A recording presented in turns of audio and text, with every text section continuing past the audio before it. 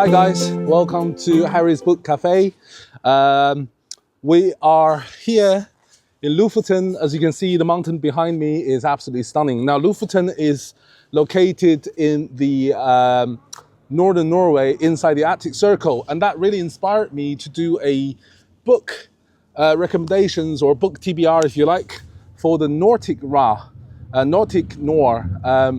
There's a lot of stories that's produced from Scandinavian countries, and not just crimes that we seems to associate books with Nordic Noir. There are lots and lots of interesting literary novels as well as historical novels based here in Norway and other parts of Scandinavia as well. So in this video, I would like to recommend 7 Nordic novels that I think we all should read, because they are absolutely fantastic. Okay guys, so the first book I want to talk to you about, beside this beautiful beach, is Tété-Michel's autobiography called An African in Greenland. When Tété-Michel was a teenager, he finds this book in his father's library all about Greenland, and he falls instantly in love, and it became one of his obsessions to travel to Greenland and see the land for himself. So this book is all about his adventure in Greenland from a complete different perspective than even ours, because he sees things from West Africans' point of view, and it makes a lot of bad jokes in terms of the natives, not his intention. What I'm trying to say is the book is absolutely hilarious with accent and full of cultural misunderstanding. But when he actually arrived in Greenland, he finds the Greenlandic people absolutely amazing and very friendly. And second part of this book are all about how he trying to stay there and became one of the Greenlandic people. Wow, water is nice and cool. The next book is also the longest and the one that I'm most looking forward to read. Forgive me if I butchered the pronunciation. It's all in Norwegian. So the book is called Kristin Lavransdatter. So this is a book that's all about the life of Kristin from her birth all the way to her death. It goes somewhere around about 1,100 pages, and it documents her life in the most lyrical of ways. The writer, she was a Nobel Literature Prize winner, so she knows certainly how to write. I know very little of this book before I done the research for this video. Apparently, many Norwegians and many other people of the literary world believes that this book can be called Lavenda of the North. It certainly is big enough to be rivaled as Lavenda of the North. It tells the story of Kristin, who was born in a rather small village in Norway. She falls in love with another man, and the viewers, the readers, will then follow her life, see how she fell in love with this man, how she then married him, and together they had 7 kids, and how life became a little bit intolerable in terms of economic hardship and just being a mother of 7 and a husband that doesn't really have that much in common with her. So it's a fascinating book, and as I said, I'm really looking forward to reading it, because books of this sort of a slow pace of a person's growing up all the way to his end is quite calming in many ways, because we can then see how our life compared to hers, and in a way that will make us rip a lot of life experience without having to go through the hardship. So yeah, that's number 2 for this book vlog. The next book is called The Bell in the Lake.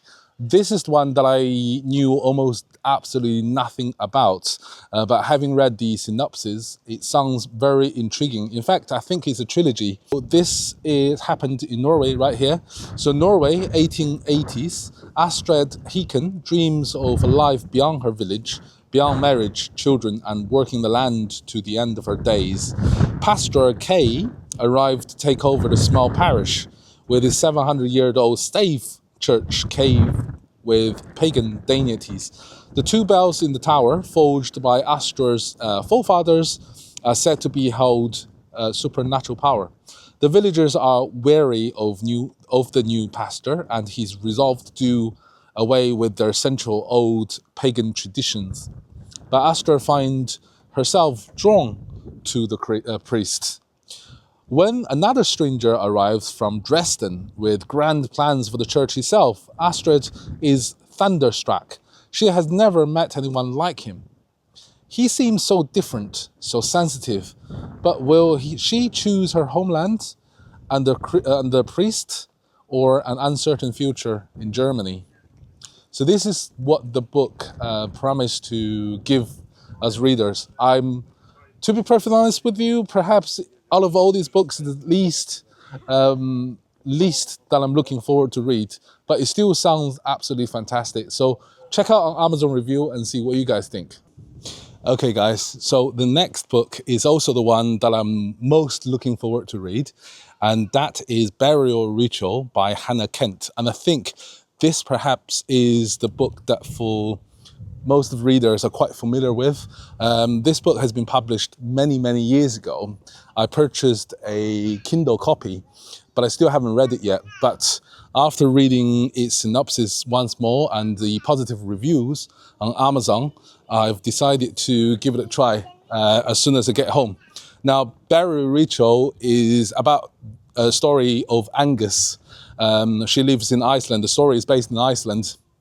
What happened was she was accused of murdering her lover, and she was therefore found guilty and sentenced to death. Before her execution, she was put to live on a farm with a priest, as well as the farm's family. The family wasn't initially very happy with the government's decision to put a murderer amongst them. However, as they get to know her, they, as well as the priest, start to suspect that it is not all it seems to be. Angus might not necessarily be who she is. So yes, I'm looking forward to reading this one. Okay guys, so the next book is called Beartown by Fredrik Backman. This is the standard our garden variety murder mystery novel. The town is the same name as the book. Beartown is located somewhere in the deep forest in northern Sweden. The town has very few inhabitants, and every year they're losing more. However, the inhabitants of the village are absolutely fascinated by ice hockey, and their local school team are doing really well in the national competition. They are entering the semi-final. So the townspeople are really excited about the whole thing.